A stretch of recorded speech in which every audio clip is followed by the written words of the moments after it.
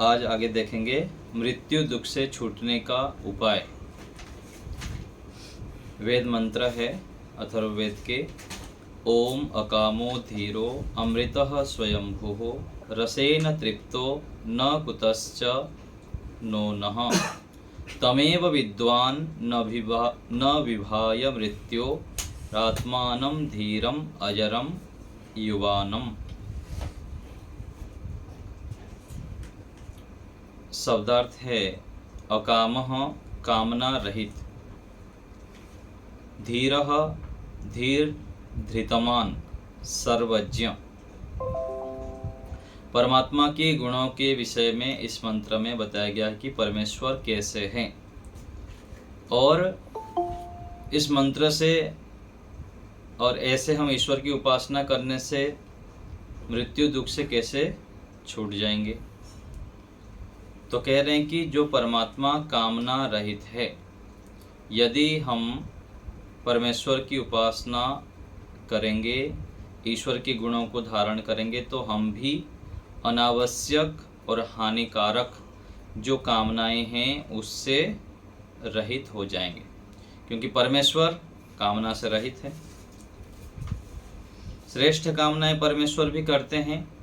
सृष्टि को बनाने के लिए जो इच्छा करते हैं उसको ईक्षण बोलते हैं, लेकिन अनावश्यक हम जैसे कामनाएं करते हैं ऐसे परमेश्वर नहीं करते हैं। तो परमात्मा कामना से रहित है।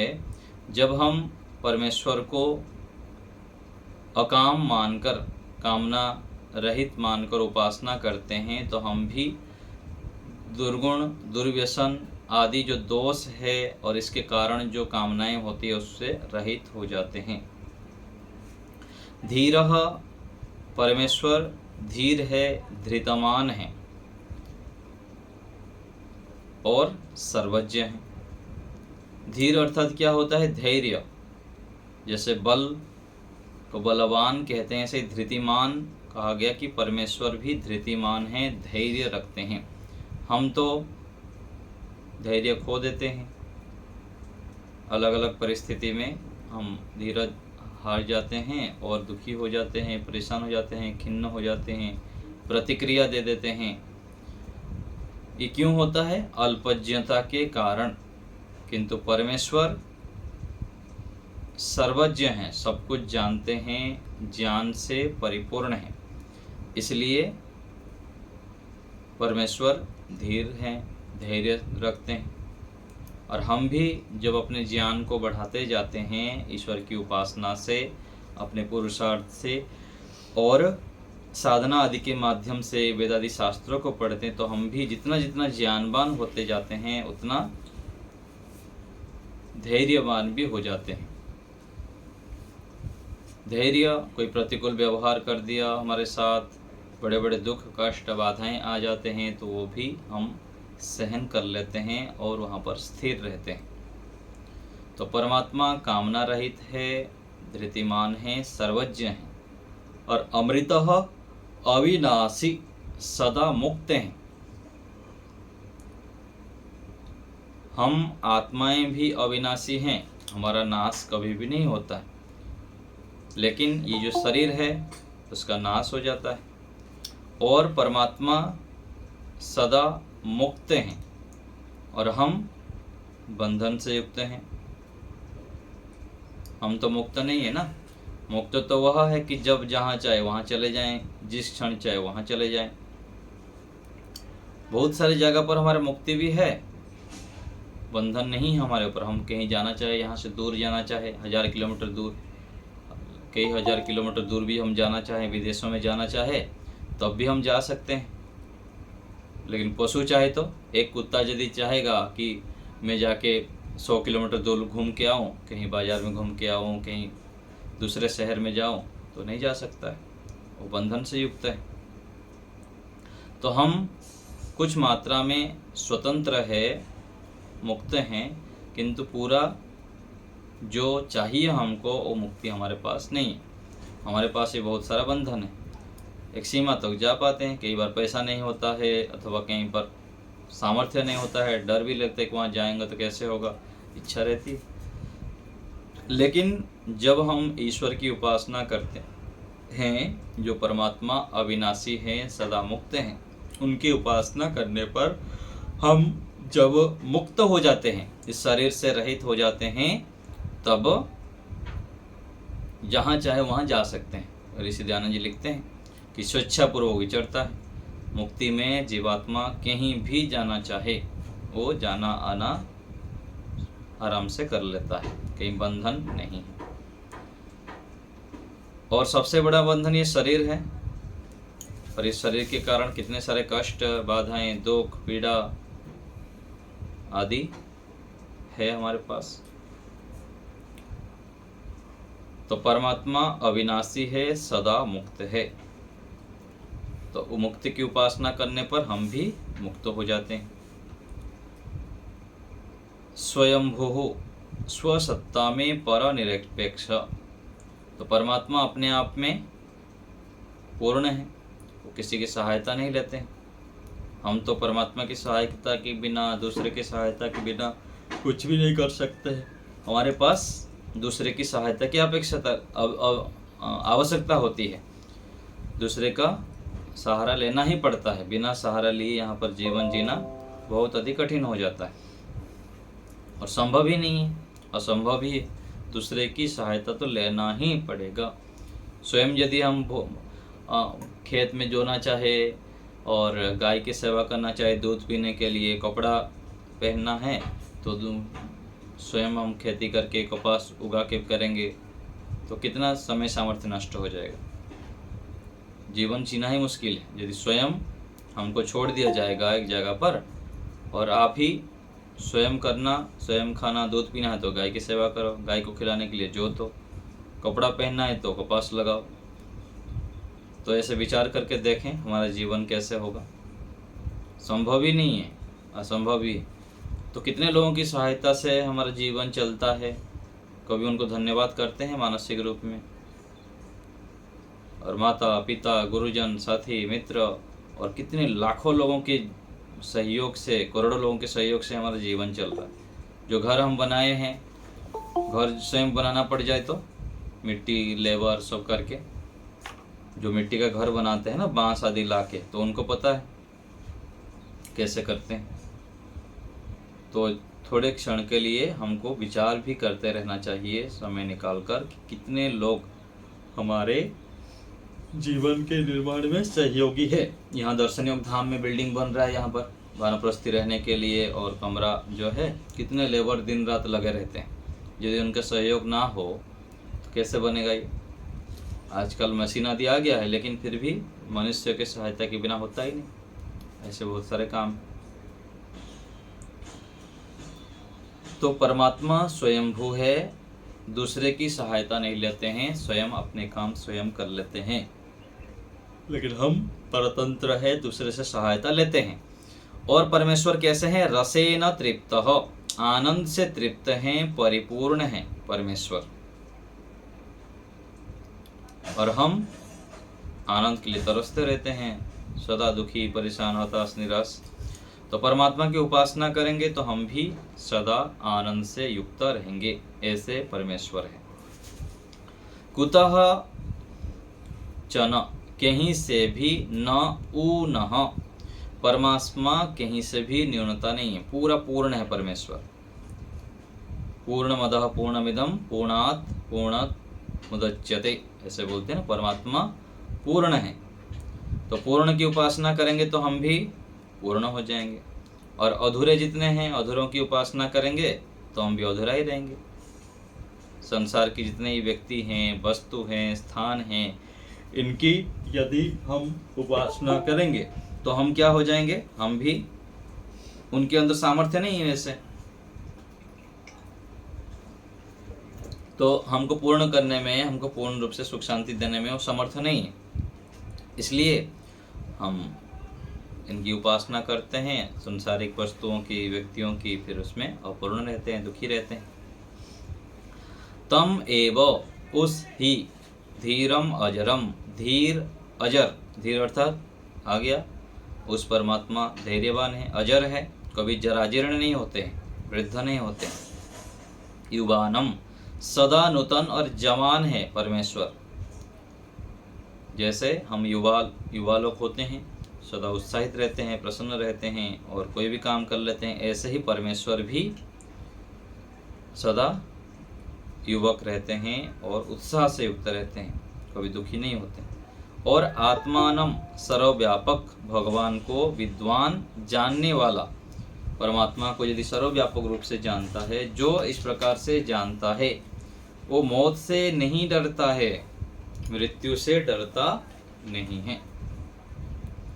मृत्यु से कौन डरता है?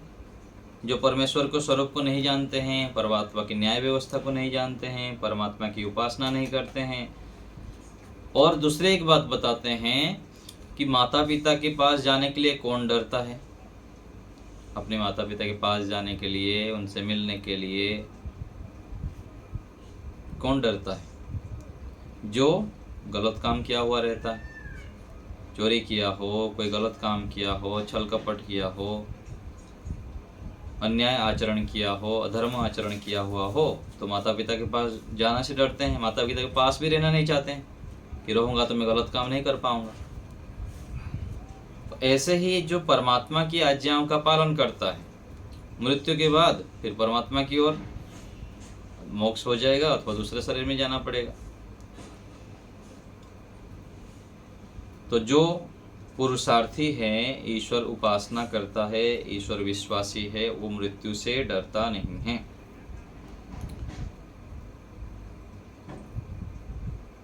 एक तो है कि स्वयं मृत्यु तो चाहेगा नहीं, ईश्वर की व्यवस्था से जब मृत्यु होना है हो जाएगा।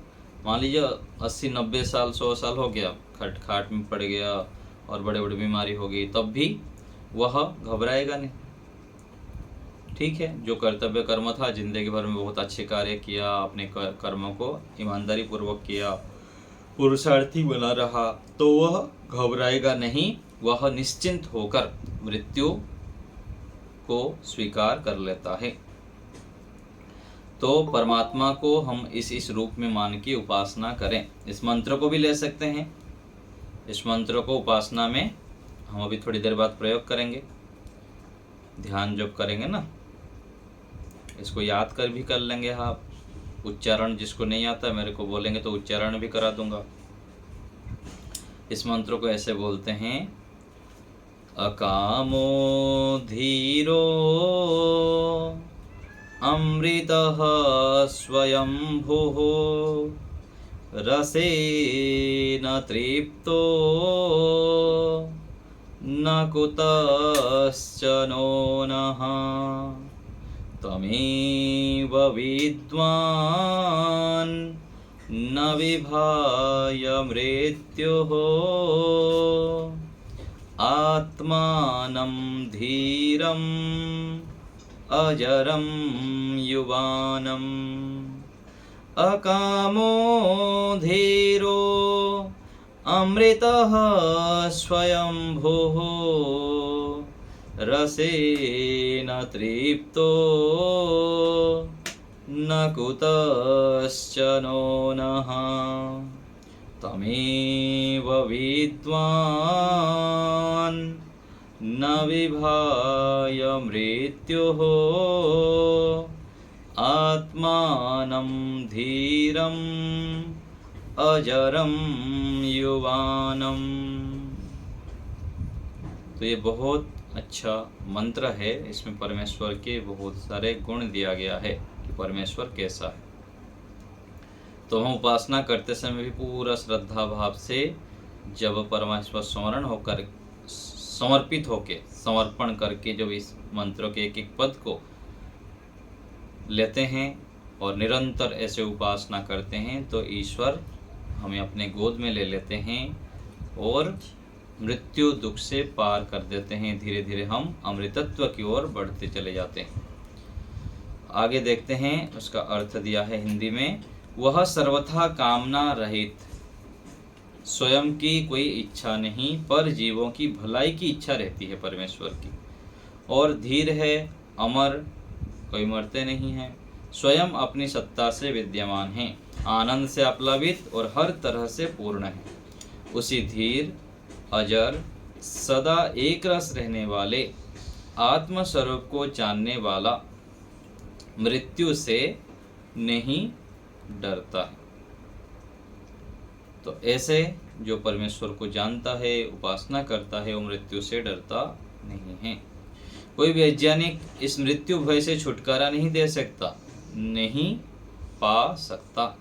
जितने भी ज्ञानी हो जाए, वैज्ञानिक हो जाए, बुद्धिमान हो जाए, वो मृत्यु दुख से बच नहीं पाता है। इसलिए कहा गया सूत्र में क्या आया है, स्वरसवाही विदुषोपि तथा रूढ़ो अभिनिवेशः। ये जो अभिनिवेश है 5 क्लेश में से एक क्लेश है।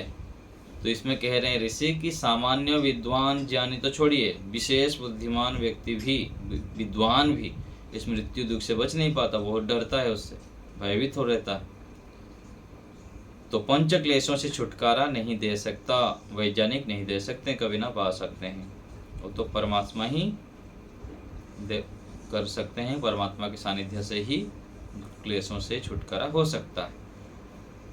वेदाहमेतम पुरुषम महांतम, हे जिज्ञासु पुरुष, मैं जिस पूर्वोक्त बड़े बड़े गुणों के युक्त सूर्य के तुल्य प्रकाश स्वरूप, ये एक मंत्र है यजुर्वेद के 31वें अध्याय के। वेदाहमेतम पुरुषम महांतम आदित्य वर्णम तमसः परस्तात् तमेव विदित्वा अतिमृत्युमेति नान्यः पंथा विद्यते अयनाय।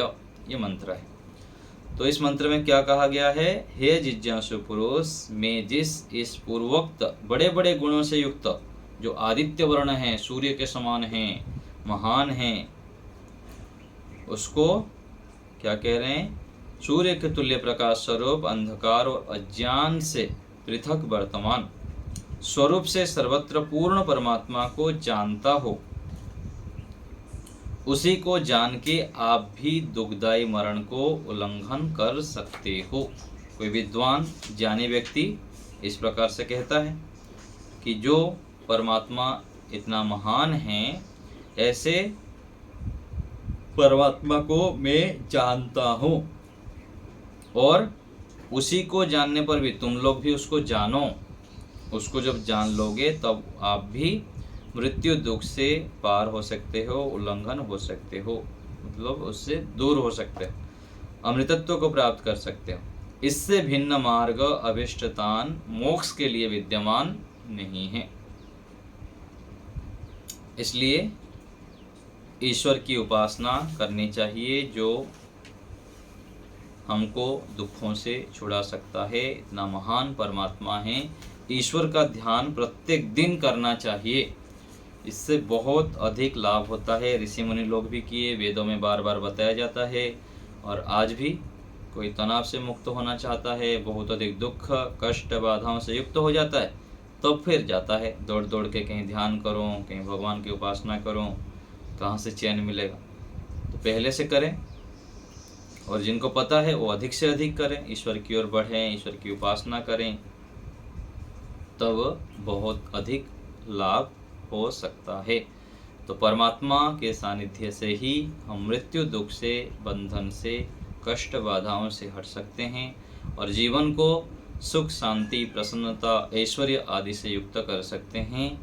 तो जितना भी हो सके दिन भर ईश्वर से जुड़े रहें। ईश्वर के अलावा, ईश्वर को छोड़कर कहीं भी यदि मन लगाते हैं, ईश्वर की आज्ञा से विरुद्ध हम कार्य करेंगे, तो हमको बहुत पश्चाताप करना होगा। तो परमात्मा को अपने माता पिता गुरु मानकर उनकी उपासना हम निरंतर करते रहें। आपको कुछ पूछना हो तो बताइए।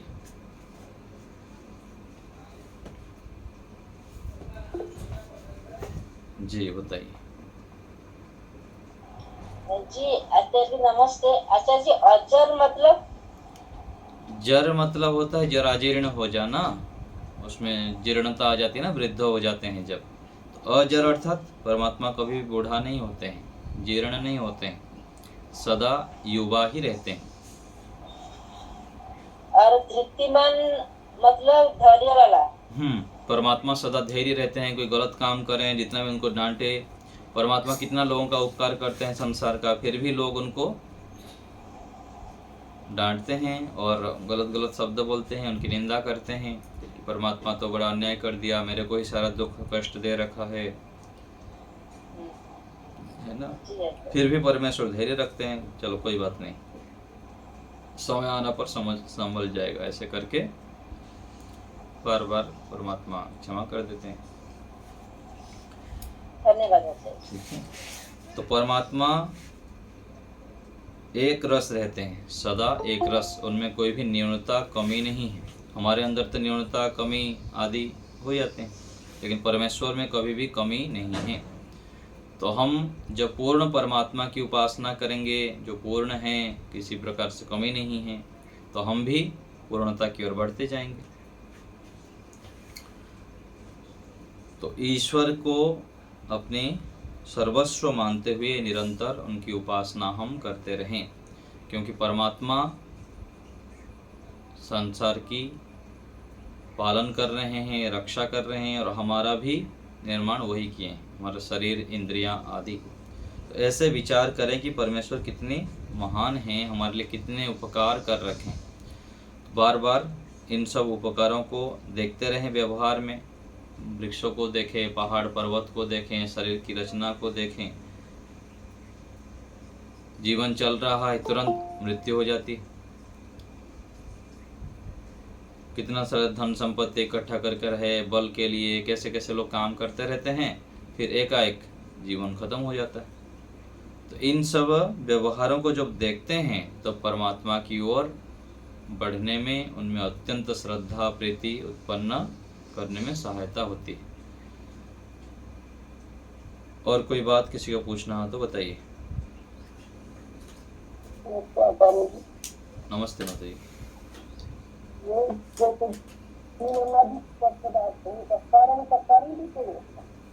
किसका?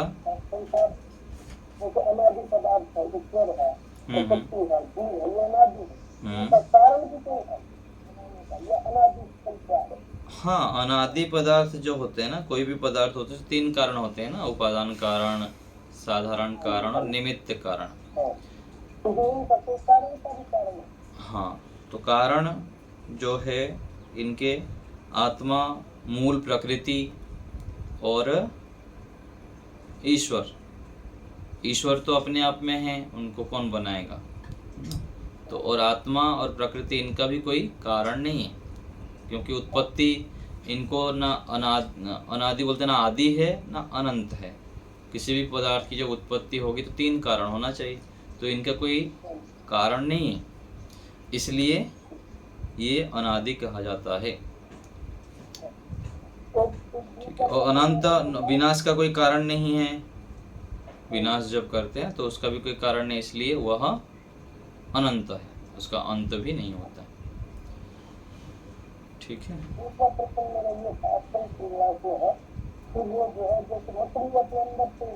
आपकी आवाज ठीक से नहीं आ रही है, ठीक से बताइए।